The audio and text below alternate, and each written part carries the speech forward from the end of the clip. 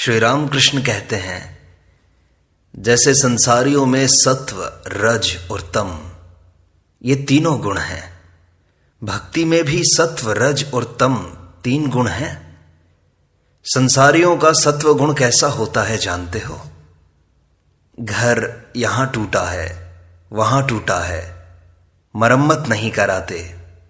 पूजा गृह के बरामदे में कबूतरों की विष्ठा पड़ी है, आंगन में काई जम गई है, होश तक नहीं। असबाब सब पुराने हो गए हैं, ठीक ठाक कराने की कोशिश नहीं करते। कपड़ा जो मिल रहा है वही सही, देखने में सीधे साधे, शांत, दयालु, मिलनसार, कभी किसी का बुरा नहीं चाहते। और फिर संसारियों के रजोगुण के भी लक्षण हैं। जेब, घड़ी, चेन, उंगलियों में 2-3 अंगूठियां, मकान की चीजें बड़ी साफ, दीवार पर रानी की तस्वीर, राजपुत्र की तस्वीर, किसी बड़े आदमी की तस्वीर, मकान चूने से पुता हुआ, कहीं एक दाग तक नहीं, तरह तरह की अच्छी पोशाक, नौकरों की भी वर्दियां इत्यादि। संसारियों के तमोगुण के लक्षण हैं निद्रा, काम, क्रोध, अहंकार, यही सब। और भक्ति का भी सत्व है। जिस भक्त में सत्व गुण है वह एकांत में ध्यान करता है। कभी तो वह मसहरी के भीतर ध्यान करता है। लोग समझते हैं कि आप सो रहे हैं, शायद रात को आंख नहीं लगी, इसलिए आज उठने में देर हो रही है। इधर शरीर का ख्याल बस भूख मिटाने तक, साग पात पाने से ही चल गया। न भोजन में भरमार, न पोशाक में टीम टाम, और न घर में चीजों का जमघट। और फिर सतोगुणी भक्त कभी खुशामद करके धन नहीं कमाता। भक्ति का रज जिस भक्त को होता है वह तिलक लगाता है, रुद्राक्ष की माला पहनता है, जिसके बीच बीच सोने के दाने जड़े रहते हैं। जब पूजा करता है वह पीतांबर पहन लेता है। श्री रामकृष्ण कहते हैं, जिसे भक्ति का तम होता है उसका विश्वास अटूट है। इस प्रकार का भक्त हठपूर्वक ईश्वर से भी भिड़ जाता है, मानो डाका डालकर धन छीन लेता है। मारो, काटो, बांधो, इस तरह डाका डालने का भाव है। श्री राम कृष्ण ऊर्ध्व दृष्टि हो गए हैं, प्रेम रस से भरे मधुर कंठ से गा रहे हैं। भाव यह है, काली काली जपते हुए यदि मेरे शरीर का अंत हो गया, गंगा, काशी, कांची, प्रभास आदि की परवाह कौन करता है।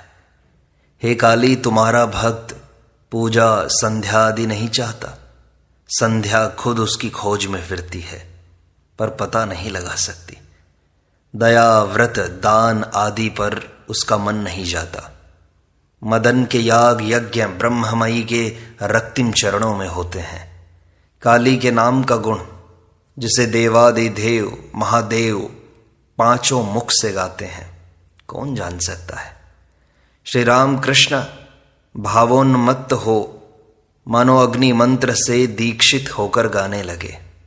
गीत का आशय यह है, यदि मैं दुर्गा दुर्गा जपता हुआ मरूं तो अंत में इस दीन को, हे शंकरी, देखूंगा तुम कैसे नहीं तारती हो। श्री राम कृष्ण कहते हैं, क्या मैंने उनका नाम नहीं लिया? मुझे पाप, मैं उनकी संतान हूं, उनके ऐश्वर्य का अधिकारी हूं। इस प्रकार की जिद चाहिए। तमोगुण को ईश्वर की ओर फेर देने से ईश्वर लाभ होता है। उनसे हट करो, वे कोई दूसरे तो नहीं, अपने ही तो हैं। फिर देखो, यह तमोगुण दूसरों के हित पर लगाया जा सकता है। वैद्य 3 प्रकार के होते हैं, उत्तम, मध्यम और अधम। जो वैद्य नाड़ी देखकर दवा खा लेना कहकर चला जाता है वह अधम वैद्य है। रोगी ने दवा खाई या नहीं इसकी खबर वह नहीं लेता। जो वैद्य रोगी को दवा खाने के लिए तरह तरह से समझाता बुझाता है, मीठी बातों से कहता है, अजी दवा नहीं खाओगे तो अच्छे किस तरह होगे, भैया खा लो, अच्छा मैं खुद खरल करके खिला देता हूं। वह मध्यम वैद्य है, और जो वैद्य रोगी को किसी तरह दवा न खाते हुए देखकर छाती पर चढ़कर बैठकर जबरदस्ती दवा खिलाता है, वह उत्तम वैद्य है। यह वैद्यों का तमोगुण है। इस गुण से रोगी का उपकार होता है, अपकार नहीं होता। वैद्यों के समान 3 प्रकार के आचार्य भी हैं। धर्मोपदेश देकर जो शिष्यों की फिर कोई खबर नहीं लेते, वे आचार्य अधम हैं। जो शिष्यों के हित के लिए बार बार उन्हें समझाते हैं, जिससे कि वे उपदेशों की धारणा कर सकें, बहुत विनय प्रार्थना करते हैं, प्यार करते हैं, वे मध्यम आचार्य हैं। और जब शिष्यों को किसी तरह उपदेश न सुनते हुए देख करके कोई आचार्य बलपूर्वक उन्हें राह पर लाते हैं, तो उन्हें उत्तम आचार्य समझना चाहिए। एक भक्त ने पूछा, ईश्वर साकार है या निराकार? श्री रामकृष्ण कहते हैं, उनका पार नहीं पाया जा सकता। वे निराकार हैं, फिर साकार भी हैं।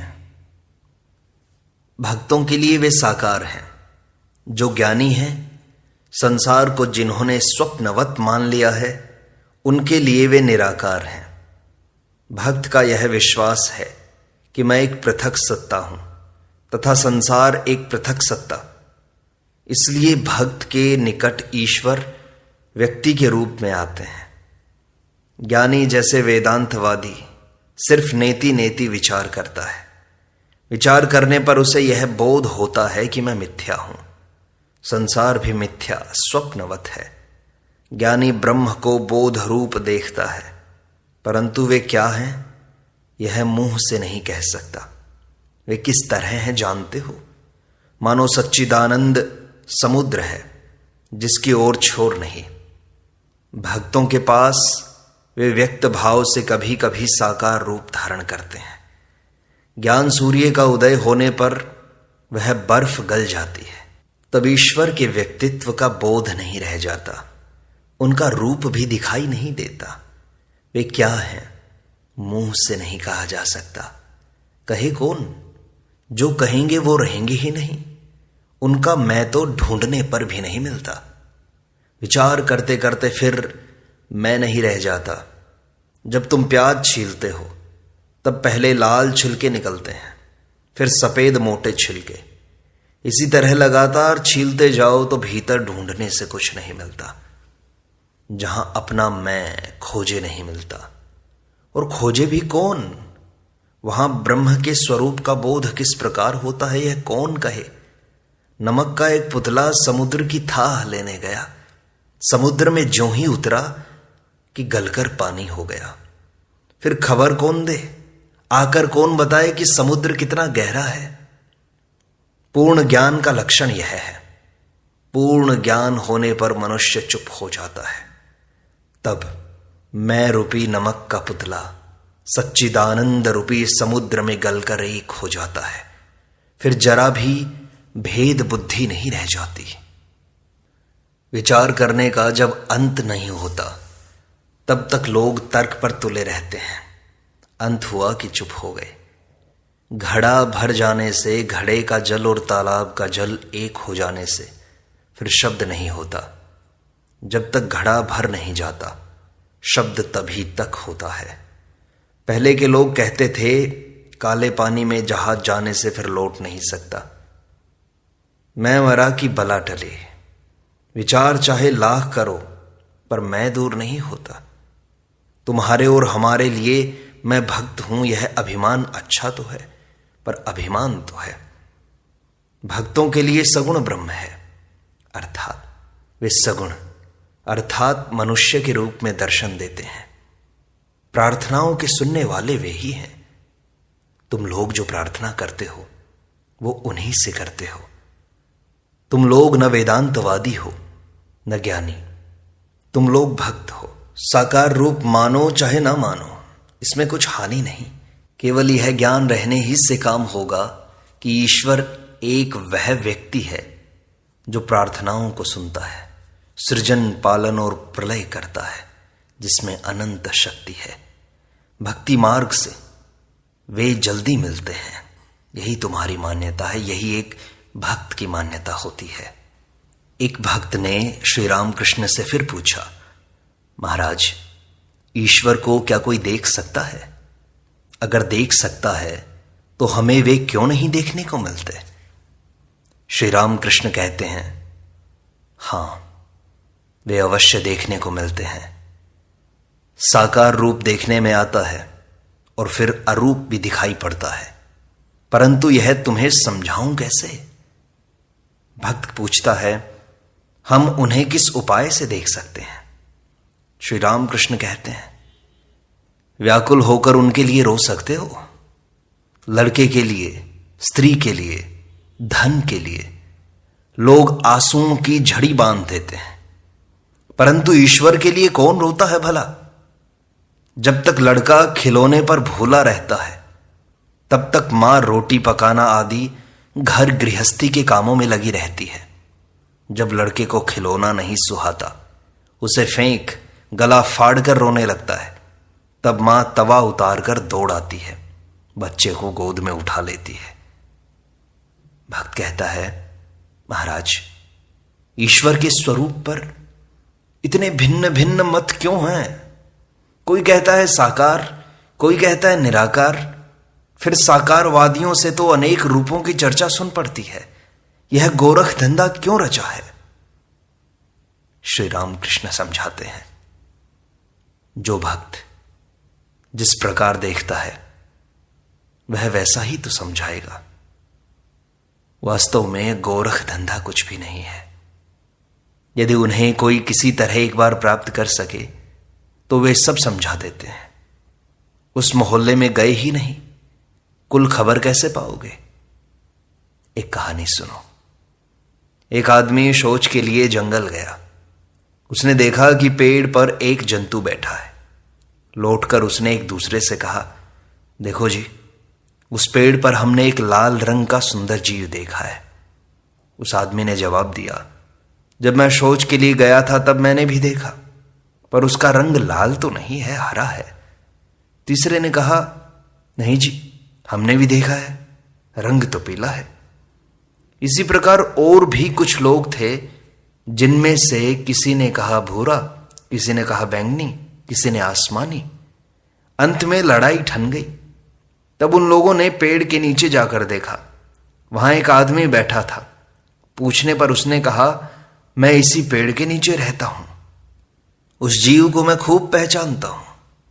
तुम लोगों ने जो कहा सब सत्य है। वह कभी लाल, कभी हरा, कभी पीला, कभी आसमानी, और भी न जाने कितने रंग बदलता है। वह बहुरूपिया है।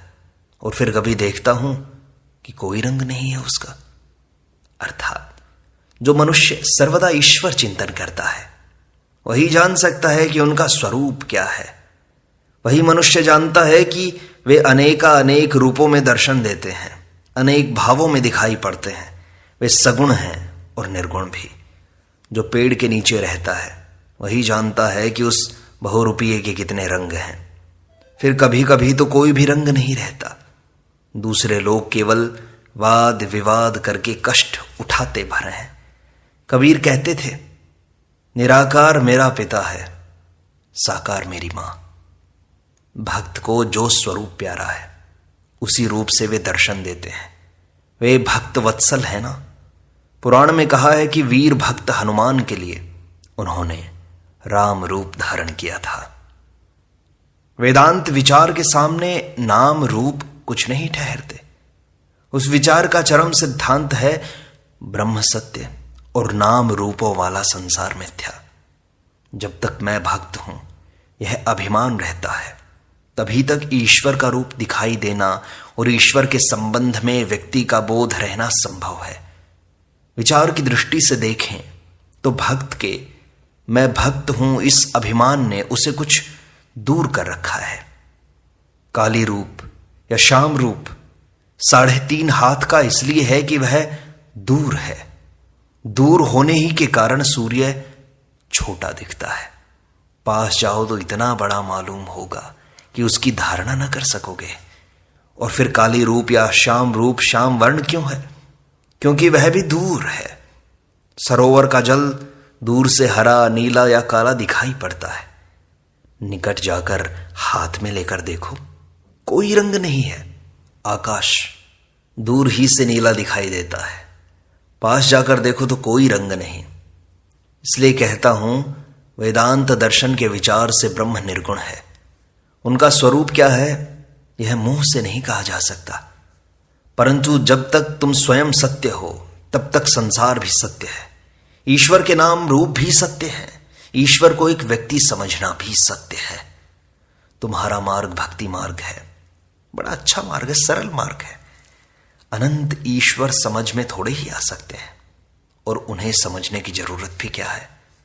यह दुर्लभ मनुष्य जन्म प्राप्त कर हमें वह करना चाहिए जिससे उनके चरण कमलों में भक्ति हो।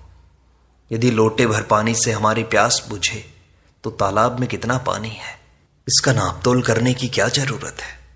अगर अद्धे भर शराब से हम मस्त हो जाएं, तो कलवार की दुकान में कितने मन शराब है, इसकी जांच पड़ताल करने का क्या काम। अनंत ज्ञान प्राप्त करने का क्या प्रयोजन है। वेदों में ब्रह्मज्ञानी की अनेक प्रकार की अवस्थाओं का वर्णन है।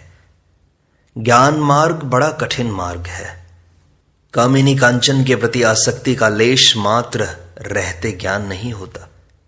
यह पथ कलिकाल में साधन करने योग्य नहीं है। इस विषय में वेदों में सप्तभूमि का उल्लेख है। मन इन 7 सोपानों का विचरण किया करता है। जब वह संसार में रहता है तब लिंग, गुदा और नाभि उसके निवास स्थल है। तब वह उन्नत दशा पर नहीं रहता, केवल कामिनी कांचन में लगा रहता है। मन की चौथी भूमि है हृदय। तब चैतन्य का उदय होता है और मनुष्य को चारों ओर ज्योति दिखलाई पड़ती है। तब वह मनुष्य ईश्वरी ज्योति देखकर सविस्मय कह उठता है, यह क्या है, यह क्या है। तब फिर नीचे संसार की ओर मन नहीं मुड़ता उसका। मन की पंचम भूमि है कंठ। जिसका मन कंठ तक पहुंचा है उसकी सारी अविद्या, संपूर्ण अज्ञान दूर हो गया। ईश्वरी प्रसंग के सिवाय और कोई बात न तो सुनने और न कहने को उसका जी चाहता है। यदि कोई व्यक्ति दूसरी चर्चा छेड़ता है तो वह वहां से उठ जाता है। मन की छठी भूमि कपाल है। मन वहां जाने से दिन रात ईश्वरी रूप के दर्शन होते हैं। उस समय भी कुछ मैं रहता है। वह मनुष्य उस अनुपम रूप को देखकर मतवाले की तरह उसे छूने तथा गले लगाने को पड़ता है, परंतु पाता नहीं। जैसे लालटेन के भीतर बत्ती को जलते देखकर मन में आता है कि छूना चाहें तो हम इसे छू सकते हैं, परंतु कांच के आवरण के कारण हम उसे छू नहीं पाते। शिरोदेश सप्तम भूमि है। वहां मन जाने से समाधि होती है और ब्रह्मज्ञानी ब्रह्म का प्रत्यक्ष दर्शन करता है, परंतु उस अवस्था में शरीर अधिक दिन तक नहीं रहता। सदा बेहोश, कुछ खाया नहीं जाता, मुंह में दूध डालने से भी गिर जाता है। इस भूमि में रहने से 21 दिन के भीतर मृत्यु हो जाती है। यही ब्रह्मज्ञानियों की अवस्था है। तुम लोगों के लिए भक्ति पथ है। भक्ति पथ बड़ा अच्छा है, सहज है। मुझसे एक मनुष्य ने कहा था, महाराज मुझे आप समाधि सिखा सकते हैं क्या? समाधि होने पर सब कर्म छूट जाते हैं। पूजा, जप आदि कर्म, विषय कर्म सब छूट जाते हैं। पहले पहल कामों की बड़ी रेल पेल होती है, परंतु ईश्वर की ओर जितना ही बढ़ोगे कामों का आडंबर उतना ही घटता जाएगा, यहां तक कि नाम गुण कीर्तन तक छूट जाएगा। श्री रामकृष्ण शिवनाथ से कहते हैं, जब तक तुम सभा में नहीं आए कि तब तक तुम्हारे नाम और गुणों की बड़ी चर्चा चलती रही। जो ही तुम आए कि वे सब बातें बंद हो गई, तब तुम्हारे दर्शन से ही आनंद मिलने लगा। लोग कहने लगे, यह लो शिवनाथ बाबू आ गए। फिर तुम्हारे बारे में और सब बातें बंद हो जाती हैं। मेरी यह अवस्था होने पर गंगा में तर्पण करने के लिए जाकर मैंने देखा उंगलियों के भीतर से पानी गिरा जा रहा है। तब हलधारी से रोते हुए पूछा, दादा ये क्या हो गया है? हलधारी बोला, इसे गलित हस्त कहते हैं। ईश्वर दर्शन के बाद तर्पण आदि कर्म नहीं रह जाते। संकीर्तन करते समय पहले कहते हैं, निताई आमार माता हाथी, निताई आमार माता हाथी, मेरा निताई मतवाले हाथी की तरह नाच रहा है। भाव गहरा होने पर सिर्फ हाथी हाथी कहते हैं। इसके बाद केवल हाथी शब्द मुंह में लगा रहता है। अंत को हा कहते हुए भाव समाधि होती है। तब वे जो अब कीर्तन कर रहे थे चुप हो जाते हैं। जैसे ब्रह्म भोज में पहले खूब शोरगुल मचता है, जब सभी के आगे पत्तल पड़ जाती है तब गुलग पाड़ा बहुत कुछ छट जाता है। केवल पूड़ी लाओ की आवाज होती रहती है। फिर जब लोग पूड़ी तरकारी खाना शुरू करते हैं तब 12 आना शब्द घट जाता है। जब दही आया तब सब शब्द मानो होता ही नहीं, और भोजन के बाद तो बिल्कुल निद्रा, बिल्कुल शांति। इसलिए कहा है कि पहले पहल कर्मों की बड़ी रेल पेल रहती है। ईश्वर के रास्ते पर जितना बढ़ोगे उतने ही तुम्हारे कर्म घटते जाएंगे। अंत में कर्म छूट जाते हैं और समाधि लग जाती है। मैं बार बार यही उदाहरण देता हूं। गृहस्थ की बहू के गर्भवती होने पर उसकी सास उसका काम घटा देती है। 10वें महीने में काम अक्सर नहीं करना पड़ता। लड़का होने पर उसका काम बिल्कुल छूट जाता है। फिर वह सिर्फ लड़के की देखभाल में रहती है। घर गृहस्थी का काम सास, ननद, जेठानी यही सब करती हैं। इसी प्रकार जब तुम ईश्वर के मार्ग पर चलोगे, ईश्वर के जितना निकट जाओगे, तब धीरे धीरे ईश्वर तुम्हारे सब कर्म घटा देंगे। इस प्रकार सत्संग का यह भाग यहीं संपूर्णता को प्राप्त होता है। शेष अगले अंक में।